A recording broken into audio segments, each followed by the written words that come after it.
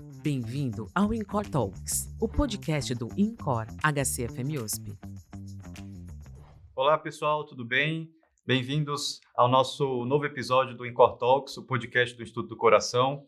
Eu sou Guilherme Bride, eu sou médico pneumologista aqui do INCOR e hoje eu tenho o prazer de receber aqui no nosso estúdio a nossa convidada, a doutora Roberta Salles, ela que é médica pneumologista do grupo de infecções aqui do INCOR e para falar sobre um tema que é bastante interessante e ela sabe praticamente tudo sobre isso, que é tuberculose. Então, doutora Roberta, obrigado pela presença e a participação aqui com a gente.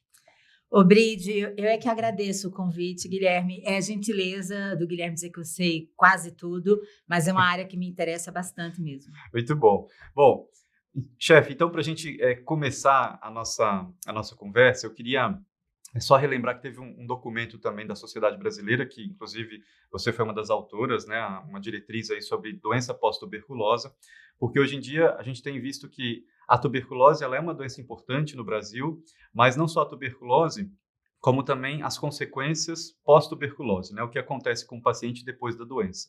E isso impacta diretamente na vida dos pacientes. Então esse documento da sociedade traz exatamente informações sobre como lidar com esses casos, né? Então, assim, no geral, como que a gente define, como que a gente pode pensar, se é que existe uma definição para a doença pós-tuberculosa e o impacto que isso tem na sociedade atualmente, na sua opinião? Excelente pergunta para começar, Bride. O importante é a gente entender que até doença pulmonar pós-tuberculosa, doença pós-tuberculosa sempre existiu. Desde que existe tuberculose, você tem a doença pós-TB. Mas ao nomeá-la, ao pararmos para pensar sobre isso, nós conseguimos mensurar o seu impacto. A Organização Mundial de Saúde estima que mais ou menos 58 milhões de pessoas sobreviveram à tuberculose. Então, imagine o impacto dessa doença nessas pessoas, que tem impacto, sim, impacto físico, emocional, psicológico. Essas pessoas são afastadas do convívio em geral, têm perdas econômicas, né? Então, a chance maior, 6 vezes maior taxa de mortalidade nos indivíduos que tiveram tuberculose do que na população em geral. Você tem lesão pulmonar em até 47%, a depender da série que você está estudando. Quase metade dos casos, né? Quase metade dos casos. Então, assim, qual é o conceito? É um conceito em construção, certo? O conceito atual é o seguinte, é uma evidência de anormalidade respiratória crônica, com ou sem sintomas, né? Então, o indivíduo pode ser assintomático, já tem uma alteração funcional crônica, uma anormalidade respiratória crônica, que pode ser atribuível, pelo menos em parte, à tuberculose. Então, assim, o indivíduo de base é um pneumopata que explica parte dos sintomas, mas teve tuberculose, eu posso explicar parte desses sintomas pela tuberculose, então o paciente tem uma doença pulmonar pós-TB. Legal. E no geral, assim, doutora Roberta, como que a gente faz para reconhecer as consequências pulmonares, quais as principais consequências que isso traz para o paciente, né, no geral, que a gente vê na prática clínica, e como que eu reconheço essas alterações, né? Quando o paciente chega para nós, aí, como é que as principais manifestações, o que isso vem causando aí, né, ao longo desse período? Nós dividimos isso em padrões clínicos, né? Nós optamos por dividir em padrões clínicos. E o interessante é um padrão pleural, de vias aéreas, pulmonar, né, de parênquima pulmonar, vascular, e deixamos aberto um espaço para outros, né? Então, em termos pleurais, o que você mais verá? Verá uma doença pleural crônica, que é aquele espessamento, então uma sequela pleural, né? Que geralmente se evidencia por espessamento crônico ou por derrame crônico. No parênquima pulmonar, você vai ter desde cavitações, e lembrar que essa doença cavitária sequelar está muito propensa a ter aspergilose, né? A ter ebola fúngica, que é mais frequente, é a aspergilose. Você tem uma destruição do parênquima pulmonar, que é importante. Você tem alterações fibróticas, Bride, entrando bem na sua área, alterações fibróticas. Essa é a mais interessante, né? E dentro das cavitações, você tem a doença pulmonar associada a aspergilos. No Brasil, a doença pulmonar associada a aspergilos, a cavitária crônica, a bola fúngica, é muito presente em lesões sequelares de tuberculose. Enquanto nos Estados Unidos, que eles têm menos tuberculose, vai estar mais relacionada àquelas lesões de DPLC, ou então em doenças císticas, né? Doenças císticas pulmonares você pode ter. No Brasil, não. Então, está muito associado doença por aspergilos com doença pulmonar pós-TB. Interessante. E doença de via aérea também, eventualmente, a gente vê também, né? Uma bronquiolite, enfim. Eu não falei via aérea? Sério? Meu Deus do céu! As doenças de via né? aérea, principalmente você pode ter desde uma bronquiolite, né? A bronquiectasias, né? E há uma doença que a gente chama, assim, porque antigamente você dizia, pacientes que têm tuberculose fica com DPOC. Você pode ter, obviamente, pacientes com tuberculose que fumam e que terão uma DPOC, mas você tem uma doença obstrutiva, pegando aquela mesma definição de obstrução de DPOC, em pacientes que nunca fumaram, que não têm exposição à queima, né? E que seria como uma doença similar à DPOC, né? Em pacientes não tabagistas. E mesmo os pacientes que fumam e têm tuberculose, que têm TB, mais tabagismo, mais DPOC, eles têm uma evolução pior do que os pacientes de DPOC sem história prévia de tuberculose. Vai acumulando aí muita coisa, né? Acumulando muita coisa, tempo, sim. Questão de prognóstico, enfim. E, doutora Roberta, uma outra pergunta, assim, como a gente tem, os nossos pacientes de alguma forma têm vivido mais, né? Muitas vezes esses pacientes chegam para o clínico, chegam para o pneumologista, para o cardiologista, e como que é o perfil do paciente com doença pós-tuberculose? Como é que eu faço para reconhecer esse paciente? Eu preciso rastrear todos os pacientes que tiveram tuberculose? Como é que eu faço para acompanhar esses pacientes? É um desafio isso, né? É um desafio. Você viu que tem várias perguntas em uma, né? Tem várias perguntas em uma. E ele só me dá 2 minutos para respondê-las. Olha, primeira coisa é o seguinte, a especialidade é pneumo e tisiologia, né? Tisiologia é feito por a tisiologia, né? Que história da medicina eram sociedades separadas, tá, gente? Depois nós nos juntamos.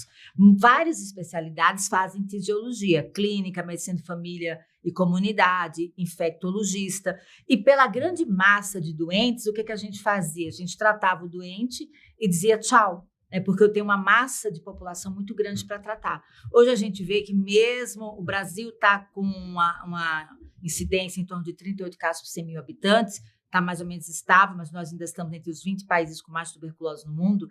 Nós temos que pensar nos pacientes pós-TB. Então, a primeira coisa é o seguinte, não dê alta ao seu paciente assim que acabe, ou então, se você é só tísio, não é pneumo, encaminhe para pneumo. Né? Se você está pescando o paciente na rede, o paciente chegou até você, não foi você que tratou a tuberculose, saber que ele tem uma história prévia de ter tratado tuberculose. Caso não, se o paciente acabou o tratamento, lembrar que nos 2 anos pós-tratamento é a maior chance de recidiva, você deveria acompanhá-lo. E se o paciente tem algum sintoma pulmonar, você deve explorá-lo. O mínimo que você pode fazer é uma história clínica, né? Você verá saturação, escala de dispneia, um exame físico, uma radiografia de tórax, no mínimo um atomo, que muitas dessas alterações você verá, né? Espessamento pleural, bronquiectasia, cavitações, fibrose. Sim. Eu preciso fazer tomografia em todo mundo que termina de tratar tuberculose? O que você acha? Você não, assim, seria o mundo ideal. Seria o mundo ideal. Se você conseguir fazer um raio-x, eu fico feliz. Tá bom. E principalmente se você tirar uma história clínica do paciente, né? Uma história clínica, se o paciente é assintomático, uma história clínica, um acompanhamento desse paciente, né? Oximetria, é óbvio que eu adoraria dizer, faça tomo, uma prova de função pulmonar completa, mas o mínimo, história clínica, raio-x, oximetria. A depender das alterações, você vai direcionando a sua investigação. No nosso manual, na nossa diretriz, tem um quadro dizendo todos os exames que você pode realizar. Mas o mínimo, eu acho que é isso. Interessante. E acho que os primeiros 2 anos aí pós-tratamento são os principais para a gente poder ficar de olho nesses pacientes, né, doutora? Sim, senhor. E assim, uma das questões chaves, até para a gente evitar o surgimento da doença pós-tuberculose, é evitar a própria doença, né? A gente viu que nos últimos anos, com a pandemia e o pós-pandemia também, houve um retrocesso em questão aí do surgimento dos casos de tuberculose, até para a gente, e houve aí um atraso em questão de diagnóstico e tratamento. Isso também vai impactar nos pacientes aí com sequelas ou vivendo aí com doença pós-tuberculose. Na sua opinião, como especialista, as medidas para a gente poder evitar a doença pós-tuberculose, quais as principais que você destaca? As principais medidas. Primeiro, não ter tuberculose. Olha, você quer evitar a doença pós-TB? Não tenha TB. Justo. Né? Primeiro, continuar as pessoas precisam compreender que tuberculose é uma doença que existe e que é tratável. né? Um diagnóstico precoce, então pensar em TB, né? Que os nossos colegas, né, que os profissionais da saúde pensem em TB. Tá? Uhum. Primeiro passo, porque um diagnóstico precoce está relacionado a menor probabilidade de sequelas, certo? Então, é prevenção. Tratamento da ILTB é uma coisa que está bem confirmada. Então, tratar pacientes com infecção latente, aqueles pacientes que têm um risco maior de adoecimento, né? Pacientes tabagistas, pacientes com diabetes, pacientes com silicose, pacientes que submeter-se-ão ao uso de terapias imunomoduladoras, a corticoide prolongado, que é uma realidade na pneumo, alguns tipos de câncer. A gente advoca a todos, mas o nosso manual, alguns tipos de câncer, como cabeça e pescoço, cânceres hematológicos, pacientes com insuficiência renal crônica dialítica. Então, essas pessoas são a população de maior risco. Sim, potencialmente risco. Né? E depois disso, então, você faz um diagnóstico precoce, evita a doença através de diagnóstico precoce da ILTB, né? Cessação de tabagismo, tá? Tabagismo é uma coisa que está muito associado à tuberculose e à má evolução. São programas que não conversam e a minha ideia é cada vez mais é que esses programas conversem. Incluindo cigarro eletrônico agora Incluindo também. Cigarro eletrônico, pelo amor de Deus, cigarro eletrônico é uma coisa inadmissível.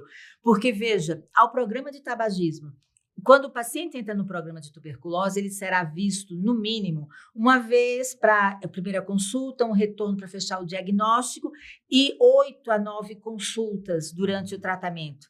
Este é o indivíduo que fará o paciente parar de fumar. Então, a gente tem que capacitar, o programa de tabagismo tem que nos ajudar, nos capacitar para que nós possamos fazer isso também, né? Uma outra coisa é a vacinação. E eu já estou falando dos pacientes que já tiveram tuberculose, né? Manter a sua carteira de vacinação em dias para evitar doenças respiratórias que vão aumentar os sintomas dessa doença pulmonar após TB. Né? Ou piorar a doença. Ou piorar. E os traços tratáveis, né? A nova coisa em pneumologia agora está na moda, são os traços tratáveis, né? O paciente tem dispneia, qual é a causa de dispneia? É uma bronquiolite? É uma relação de CVF/VF1 abaixo de 0,7, né? Então, procurar os traços tratáveis. Tem infecção? Essa infecção é uma bola fúngica ou não? Investigar se ele tem ou não tem uma MNT. Se ele tem como sequela muita bronquiectasia, ele é um paciente com a doença pulmonar pós-TB, que é uma bronquiectasia não FC. Então, tratá-lo como isso. E um manejo adequado. Manejo adequado da bronquiectasia. Justo. Muito bem, doutora Roberta. E assim, para finalizar a nossa entrevista, a nossa conversa, alguma mensagem que você gostaria de deixar para o nosso público? Fique à vontade. Bom, só agora me dizem que eu vou poder falar assim. Tuberculose é uma doença que existe. Por favor, pensem em TB.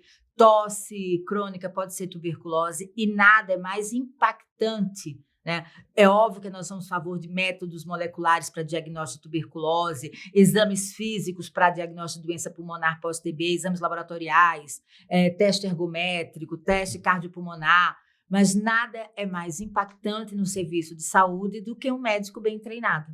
Então, por isso que é super importante vocês estarem em dia e se atualizando pelo podcast do INCOR, podcast INCOR Talks. Muito bem, doutora Roberta, muito obrigado pela participação, é sempre um prazer, uma honra e também uma alegria conversar com você aqui com a gente, tá bom? Espero recebê-la em outros episódios aí pra gente compartilhar. É só convidar que eu tô aqui toda sexta-feira. Maravilha. Valeu, pessoal, até o nosso próximo episódio. Tchau. Você ouviu o podcast INCOR Talks, o podcast do INCOR HCFM USP.